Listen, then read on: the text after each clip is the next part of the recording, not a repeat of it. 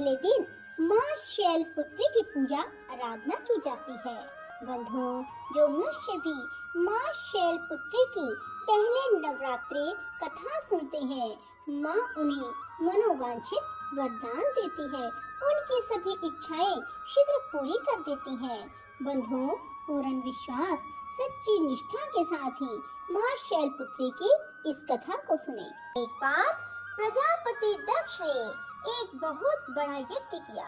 इसमें उन्होंने सारे देवताओं को अपना अपना यज्ञ भाग प्राप्त करने के लिए निमंत्रित किया, लेकिन भगवान शंकर को उन्होंने इस यज्ञ में निमंत्रित नहीं किया।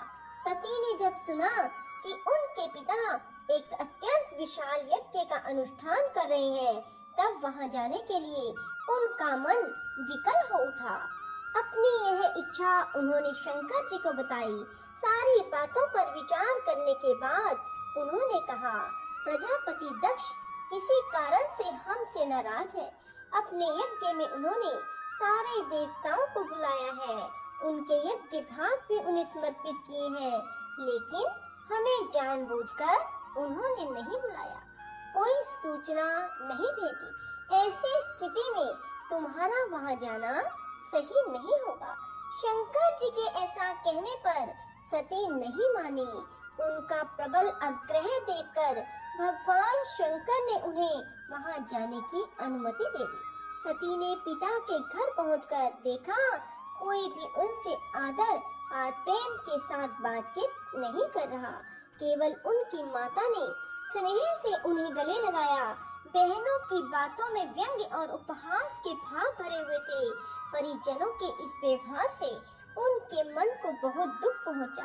यह सब देखकर सती का हृदय क्षोभ, ग्लानि और क्रोध से भर गया। उन्होंने सोचा, भगवान शंकर जी की बात ना मानकर और यहाँ आकर मैंने बहुत बड़ी गलती की है। वे अपने पति भगवान शंकर के इस अपमान को सह न सकी और उन्होंने सोचा कि अब यदि वह शंकर जी के पास लौटेंगी तो शंकर जी को क्या मुंह दिखाएंगी, क्योंकि शंकर जी ने उन्हें यहाँ आने के लिए मना किया था, पर सती नहीं मानी थी। अब सती ने सोचा कि वे क्या करें। उन्होंने अपने उस रूप को उसी समय योग अग्नि द्वारा जलाकर भस्म कर दिया।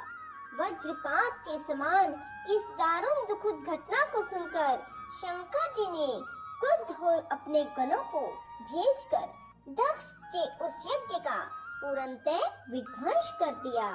सती ने योग अग्नि द्वारा अपने शरीर को भस्म कर अगले जन्म में शैलराज हिमालय की पुत्री के रूप में जन्म लिया। इस बार वे शैलपुत्री नाम से विख्यात हुई। बोलो शैलपुत्री माता की जय हो।